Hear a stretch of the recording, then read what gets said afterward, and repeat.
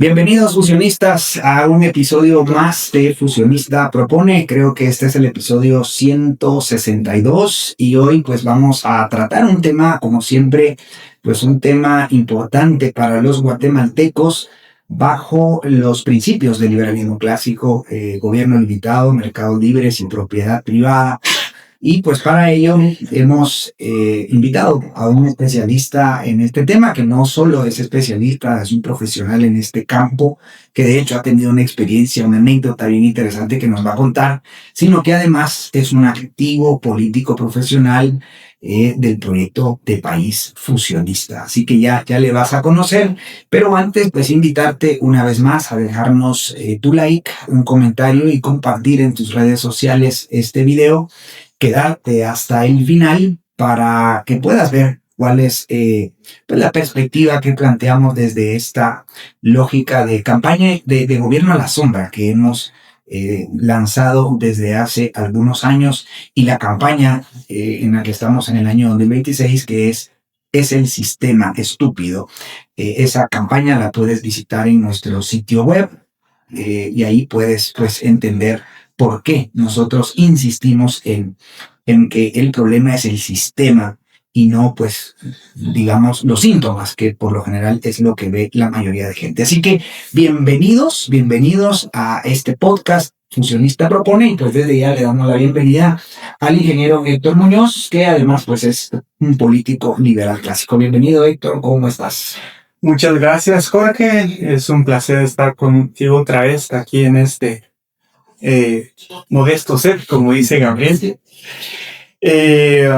Pues sí, tengo alguna anécdota que contar en este tema. En 2018, 2 años después de nuestra incursión con la ley de aguas, me contrataron una empresa que había ganado una licitación con la Empornac para diseñar el nuevo puerto de Santo Tomás de Castilla. Íbamos a Izabal. Íbamos a aumentar la cantidad de atracaderos para barcos graneleros, para barcos petroleros. Íbamos a poner tuberías especiales y unas grúas especiales que solo fuera de conectar, sacar y de una vez enviarlas a una tecnología, a la generación. Además, íbamos a ampliar el tamaño del puerto para recibir barcos de turismo, aquellas cruceros. Ajá. Y se podía recibir hasta 3 cruceros juntos, cosa nunca antes vista en Guatemala, ¿verdad? Aquí no podíamos llegar a ese nivel, ¿verdad? Y que al mismo tiempo que estuvieran los cruceros, pudieran estar graneleros y petroleros al mismo tiempo. Y no uno, sino unos 4 a 6 de cada uno, ¿verdad? Entonces, y el proyecto contemplaba también un área para recibir a los turistas, donde pudiera haber contacto con la comunidad y que la gente pudiera ir a poner sus ventas de comida. Habían food courts, habían tiendas de varios tipos, ¿verdad? Era un complejo inmenso. Tenía también áreas de oficinas, aduanas, estaciones de seguridad, estaciones de carga de combustible para los barcos.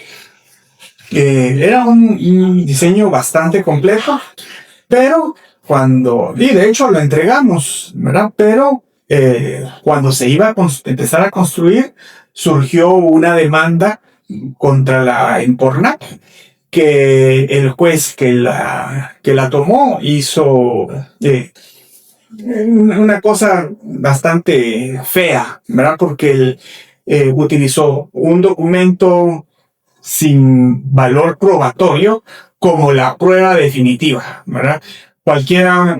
Cuando yo vi la razón por la que habían bloqueado eso, me fui, bueno, todo ese contrato donde esta empresa dice que la Empornac la contrató, ¿verdad? Para ver cuáles eran las condiciones, no aparecía ningún contrato. Solo pausa ahí, porque de pronto puede estar siendo un poco complicado entender.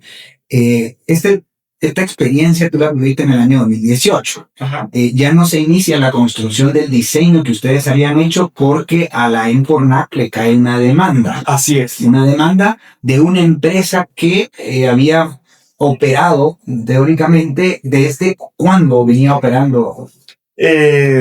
La empresa esa, se llama Equipos Portuarios S.A., fue creada en el 97 y dice la empresa, según el documento que presentó al juez, que en el 98 fue contratada por la Encornau y que brindó servicios hasta el 2008, pero que la Encornau dejó de pagar del 2004 al 2008.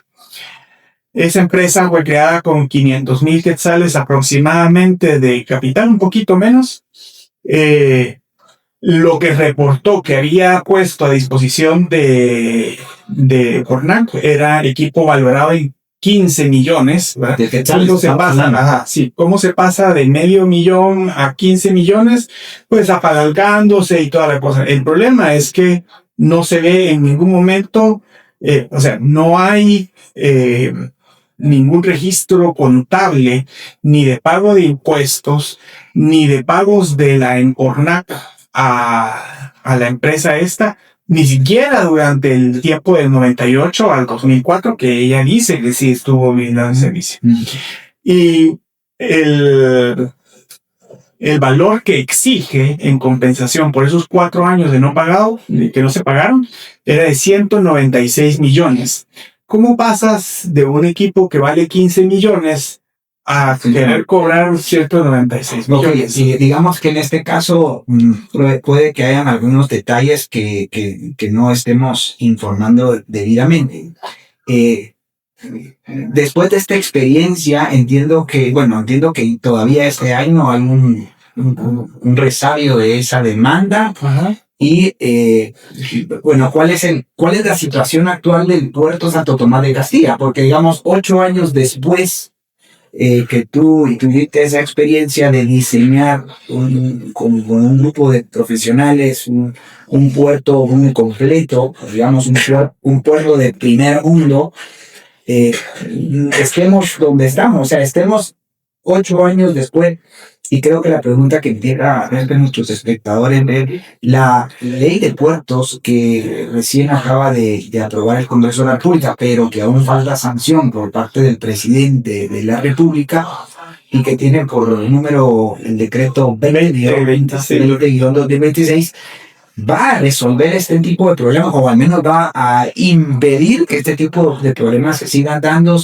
Y bueno, la pregunta del millón, ¿no? O sea, ¿realmente necesitamos una ley o creemos que la ley le va a ser realmente el detonante de la construcción de puertos de nivel mundial en Guatemala, ¿no? O sea, creo que esas son las preguntas que tenemos que ir respondiendo. Sí, de hecho, no.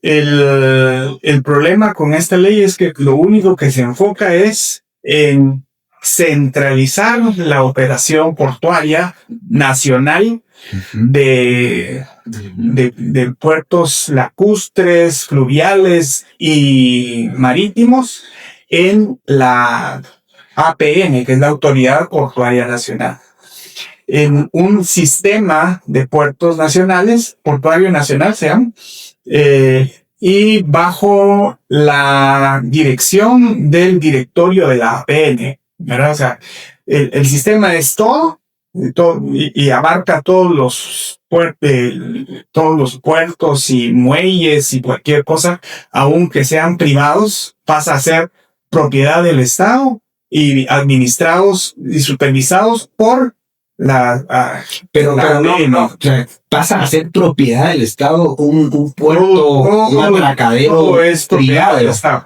Lo que se da entonces es una concesión temporal al actual propietario. Me imagino que esto parte de la lógica del derecho internacional sobre al menos a nivel de mares, ¿no? El derecho internacional de las aguas ya en mares, y probablemente la propiedad estatal que está inscrita en el Código de Salud en torno a ríos y lagos, ¿no? Probablemente tenga que ver con ese tipo de legislación. Se basa también en la Constitución, el artículo 121 y 122 de la Constitución, consagran la propiedad estatal sobre los ríos, lagos y mares. Intenta empatar ahí, esta autoridad portuaria nacional se intenta hacerse compatible con esta lógica de derechos de propiedad estatal. Así es. El problema es que establece ciertas normas obligatorias para uso general, ¿verdad? Ya no hace una distinción entre el puerto, entre el muelle, en el atracadero, ¿verdad? Sino que obliga a todos a cumplir con el sistema portuario nacional, ¿verdad? Genera un Comité Nacional de Protección Portuaria, ¿verdad? Que de toda esta ley es la única función que nosotros como liberales clásicos consideramos que sí pertenece al Estado, ¿verdad? Que es la seguridad. Entonces, CONAPROC... La defensa. La defensa. El problema es que está obligando que CONAPROC aplique el código PBIP de la OMI, que es Organización Mundial Internacional de puertos. Ajá. La cosa es que es de seguridad internacional, ¿verdad? Entonces, este código pues tiene ciertos lineamientos que en algún momento podrían ser insuficientes, ¿verdad? O podrían ser excesivos. Por eso es que nosotros preferimos que haya desregulación y que el mercado sea el que regule qué nivel de seguridad va a aplicar cada... Claro, pero ahí déjame zanjar un matiz. Nosotros creemos ciertamente que hay que rescindir parcial o totalmente muchos acuerdos, protocolos, pactos y convenios internacionales. Así es. Pero entendemos ciertamente que Guatemala se circunscribe en una región, se circunscribe en un marco institucional internacional y también pues hay unas instituciones de carácter internacional a las cuales debemos suscribirnos, ¿no? O sea, por ejemplo, el tema del derecho internacional sobre las aguas, bueno, de ese tema habrá que revisarlo y habrá que, por ejemplo, el régimen de utilización digamos, del espacio aéreo en relación a los vuelos, aviones comerciales especialmente que puedan cruzar nuestras fronteras, o eventualmente esta cuestión de carácter marítimo, ¿no? O sea, creo que sí hay ciertas normas generales a las cuales Guatemala debe suscribir con el objetivo legítimo de la seguridad y la defensa, ¿no? ¿Cómo hacemos para empatar ese objetivo sano y necesario con una lógica como la que plantea esta ley? Que bueno, ya luego vamos a discutir un poco lo subyacente a la ley, ¿no? Sí, en ese sentido, pues sí deberíamos tener una ley, ¿verdad? Que nos ayude precisamente a limitar al gobierno. Porque el objetivo de la ley es generar las condiciones para que podamos vivir en paz y en seguridad. Y si la ley limita al gobierno, entonces permite que el gobierno cumpla sus funciones, pero con límites, ¿verdad? No le entrega la propiedad al gobierno del puerto en sí, ¿verdad? Sino que limita el hecho de que, bueno, si la persona requiere que haya una defensa, pues que el gobierno pueda entrar y defender, ¿verdad? Pero si el individuo dice, bueno, yo solo tengo un atracadero para mi barquito, ¿verdad? ¿Para qué voy a estar yo poniendo un firewall de última generación? Un firewall es una medida de seguridad. De ciberseguridad que también está contenida en la ley, ¿verdad?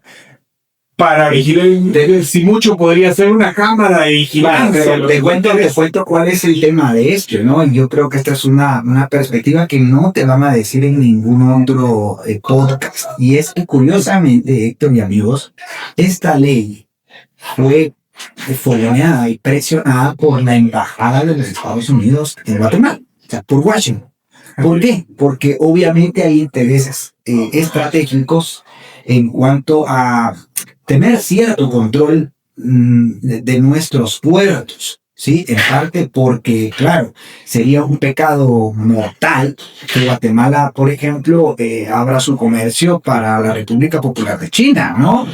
O Rusia. O Rusia. Entonces, hay que entender esta ley como una herramienta jurídica que Washington, en ese ímpetu neocolonialista, hay que decirlo de esta manera, ha emprendido con nuestros puertos y seguramente con nuestros aeropuertos. De hecho, ya Estados Unidos y buena parte de sus fuerzas militares, que hace algunos días estuvo acá el director del FBI, del FBI, tomándose la fotito, como dicen nuestros amigos peruanos, con el presidente Bernardo Arévalo, es precisamente porque el objetivo es tomar el control, estimados amigos, de nuestros puertos y aeropuertos con el pretexto del tema del narcotráfico, pero en realidad sabemos que no es solamente eso. Puede ser que tengan el interés de hacer contención al narcotráfico, que dicho sea de paso, no lo van a hacer de esta manera. O sea, esa es una manera estúpida, por decirlo menos, ¿verdad? Es una medida ineficiente, ineficaz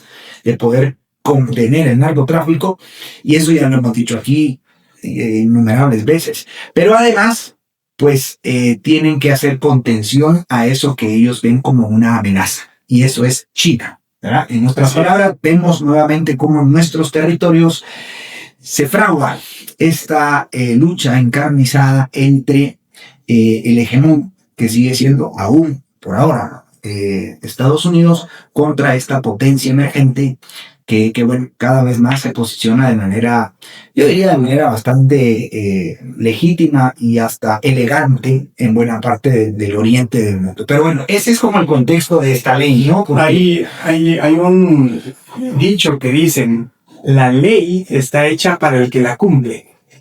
Entonces, con una ley nunca vas a detener el narcotráfico, ¿verdad? Eso así es. Es como bueno, sí, es claro, la ley contra la narcoactividad, o se me necesita recordar la ley de portación de armas. Así el delincuente nunca va a meter la ley de portación de armas. Exacto. Entonces, es estúpido pensar que con una ley vamos a resolver un problema. Empecemos por ahí. Segundo, la ley está centralizando todo en un solo ente, que la intención es que una sola... Antes habían tres o cuatro empresas separadas, cada una con su junta directiva, cada una tomaba sus decisiones, hacía sus licitaciones y hacía todo. Claro, eran estatales las empresas, pero por lo menos operaban de forma independiente y cada una con sus fondos y cada una se manejaba diferente. Ahora se centraliza toda en la APN, y entonces ahora es un botín político aún más grande. Obvio. Y esta autoridad, permíteme, tiene un directorio, decía. Así es. ¿Y en ese directorio participan los empresarios, el sector empresarial? Sí, así como están representados en casi de todos los directorios del gobierno. En ese sentido, tiene razón la izquierda social progresista, es decir, el oficialismo en sus dos versiones, una moderada, que es la versión de semilla, y la otra radical, que es la versión de raíces, en oponerse a la presencia del sector empresarial organizado, aun y cuando fuera una sola silla de 8 o de 7, no sé cuántos sillas tiene ese directorio. Pero en ese sentido tiene razón la izquierda social progresista. El sector empresarial organizado no debe tener participación en instituciones de gobierno. Pero también le decimos a la izquierda social progresista que, así como el sector empresarial organizado o sector empresarial a secas, llámele como quiera, no debe tener participación en instituciones gubernamentales, tampoco debe tener participación en instituciones como la Universidad de San Carlos de Guatemala. Porque la Universidad de San Carlos de Guatemala, de hecho sea de paso, debe ser una institución completamente privada y por tanto no debe tener injerencia en la Corte de Constitucionalidad o en la Junta Monetaria o en tantas otras instituciones. La USAC tiene presencia en más de 40 instituciones gubernamentales, estimado Samuel Pérez y compañía. No podemos tampoco darle espacio a estas instituciones hoy estatizadas en instituciones de gobierno, como tampoco podemos darle espacio a los sindicatos, a las cooperativas y a muchos otros actores sociales que tú, Samuel, no cuestionas. Cuestionas únicamente al sector empresarial. Claro, eres de izquierda y por eso no haces. Nosotros somos la derecha buena y suscribimos eso. No debe tener la empresa una silla en los directorios de las instituciones gubernamentales, pero tampoco deben tener silla instituciones que no corresponden, que tengan participación en las instituciones gubernamentales. Lección, estimados amigos. La política es para los políticos profesionales y las instituciones gubernamentales deben estar conformadas por políticos profesionales. Eventualmente se requieren de algunos técnicos, pero de resto deben ser políticos profesionales los que deben estar a cargo de las instituciones gubernamentales. Perdón por la descripción. Dale. Interesante. Yo me recordaba de la famosa máxima que defienden tanto de separación de iglesia y Estado. Sí. La misma separación debe haber entre empresa y Estado. Totalmente. Y eso que te lleve, por favor, a decir, ¿cómo es posible que existe una Empornac? Porque aquí todo el mundo habla de la Empornac aquí, la Empornac allá. Es una empresa estatal. Es una empresa estatal. Privatizarse, ¿verdad? Nosotros siempre abogamos por la privatización, ¿verdad? Privatizar, desregular y abrir mercados a la competencia. No, actualmente no es que estemos bien. Actualmente estamos menos mal de lo que vamos a estar cuando se implemente esta ley, ¿verdad? Esta ley lo que va a hacer es profundizar aún más el estatismo, ¿verdad? Y empobrecernos más, meter aún más trabas a la empresariedad. Por ejemplo, en el artículo 40 dice contratos de administración portuaria y usufructos onerosos portuarios. ¿Qué son esas dos cosas? Uno es CAP y el otro es USO. El CAP es el contrato que se le hace a una empresa privada para administrar el puerto. Y el USO es cualquier contrato que haga una empresa privada dentro del puerto. Debe ser supervisado por la APN. Uh-huh. Eso significa que ya no hay una libre contratación donde... Bueno, pero es que ahí hay que tener cuidado porque de alguna manera los puertos sí son una función propia y natural de los gobiernos y pues digamos el gobierno nacional en este caso y no sé el alcance que tenga que tener el gobierno local, el gobierno municipal o el gobierno departamental, ¿verdad? Pero los gobiernos tienen la función de otorgar de otorgar contratos a empresas para que administren los puertos bajo ciertas normas generales de seguridad y mediante contratos abiertos, transparentes y públicos, ¿no? Totalmente de acuerdo en que el gobierno debe tener puertos, ¿verdad? Esa es parte de su función, pero eso no limita al ciudadano a tener su propio puerto privado. Que igualmente debiese regirse bajo ciertas normas generales porque está en los límites del territorio nacional. Sí, debe haber una ley portuaria. Y son ingresos y que pueden ser, digamos, o constituirse en puntos estratégicos para la seguridad y la defensa. Exacto, pero pone límites para el gobierno. Esta ley lo que hace es ponerle límite al ciudadano en vez de al gobierno y le entrega la total propiedad aún de los puertos privados al gobierno y solo le permite por medio de estos CAP un usufructo temporal a la persona que es dueña de ese terreno y que construyó su puerto. Claro. ¿Qué otro elemento así muy relevante encuentras tú en esta ley que nos puede hacer poner en relieve los principios y las políticas públicas de la buena derecha. Ya hablábamos de la Empornac, que debemos privatizar la Empornac. Sí, desde nuestro punto de vista, la Empornac no debe ser una empresa estatal. Y debe entrar a competir con otras empresas, pueden ser estadounidenses, chinas no, porque mientras Washington no quiera, pues no van a venir empresas chinas a administrar puertos, pero dicho sea de paso, los puertos chinos quizás son mejores del mundo. Son mejores. Así que si llegase fusionista al poder, eventualmente, bueno, sí, haríamos una invitación abierta, y si vienen empresas mexicanas, holandesas, que por cierto, los puerto de Rotterdam es otro puerto. Nosotros apostaríamos más por la competencia entre puertos, ¿verdad? Entonces que Estados Unidos ponga su puerto, que China ponga su puerto, Pero no como país, Héctor.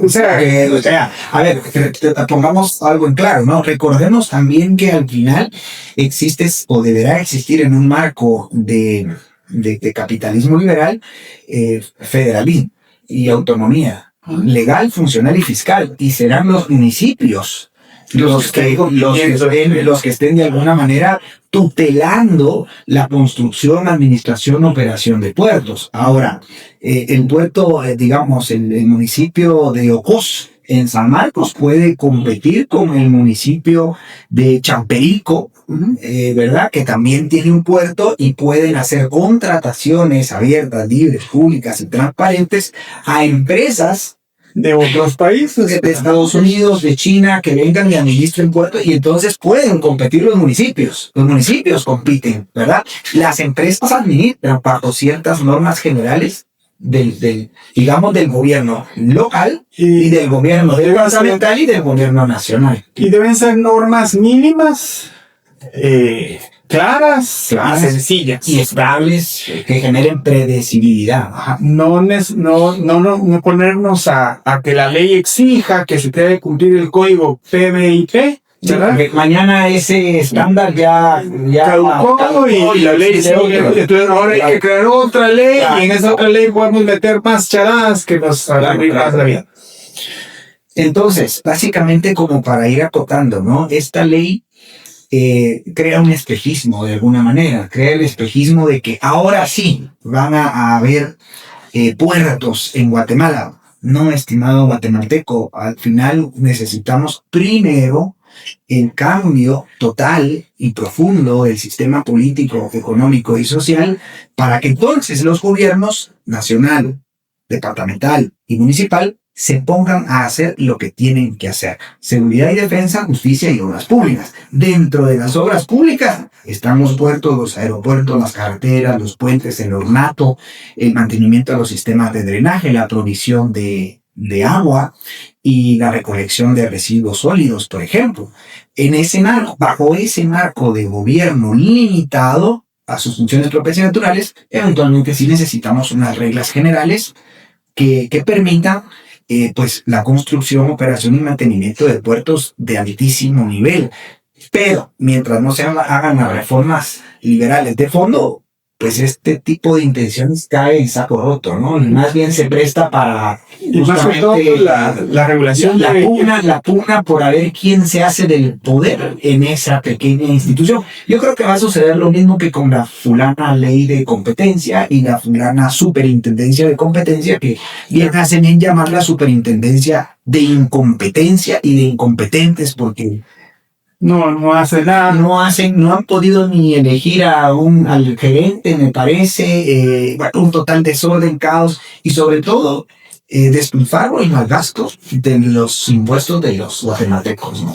Sí, yo creería que una ley portuaria debería ir más en el sentido de que el gobierno brinde seguridad y en el puerto, ¿verdad? Más que en regular cómo debe hacer su gestión de los privados, ¿verdad? Por ahí debería ir más que todo la ley, en vigilar que haya seguridad, que si hay algún migración y todo eso, que si hay a quien pueda decir, bueno, esta persona puede entrar, esta persona no, ¿verdad? Esa parte es comprensible. En la parte de aduanas, no estamos de acuerdo en que existan aduanas, ¿verdad? Nosotros creemos que el libre paso de mercancías debería ser lo que prevalece. Claro, y eso no implica que vengas con cualquier cosa, no sé si quieras venir con 10 fusiles de algún país y puedas entrar también así fácilmente, ¿no? Claro, para eso hay ciertos controles. Hoy por hoy existen tecnologías que ya permiten, te pasan por un escáner, bueno, y si traes, no sé, algo que pueda afectar la paz, la seguridad de los guatemaltecos, bueno, pues que te detengan, ¿verdad? Y por supuesto, si tú traes, por ejemplo, antecedentes penales de algún otro país porque cometiste algún delito, terrorismo, secuestro en algún otro país, pues bien, en la defensa, el sistema de seguridad y defensa también debe detenerte y evitar que entres al país. Eso es, digamos, legítimo y genuino de un país con gobierno limitado. Pero bien, Héctor, entonces, pues damos término a este podcast de Fusionista Propone, donde pues una vez más proponemos las 5 reformas de transición al capitalismo liberal, donde un gobierno limitado, los mercados libres, un régimen de propiedad privada, permitirá finalmente que haya puertos de nivel mundial, ¿verdad? Y claro que soñamos con puertos de nivel mundial, pero hoy puertos como Santo Tomás de Castilla, como el puerto Quetzal, donde no hay plata, por ejemplo, para resolver un problema de asolvamiento, entiendo yo, en el puerto Quetzal, donde el puerto ni siquiera es funcional. Pero necesitamos definitivamente operar bien estos puertos, reconstruirlos y ojalá algún día como los puertos, los mejores puertos del mundo, pero para eso necesitamos un cambio de sistema. Por eso nosotros reiteramos, es el sistema estúpido. Es el sistema.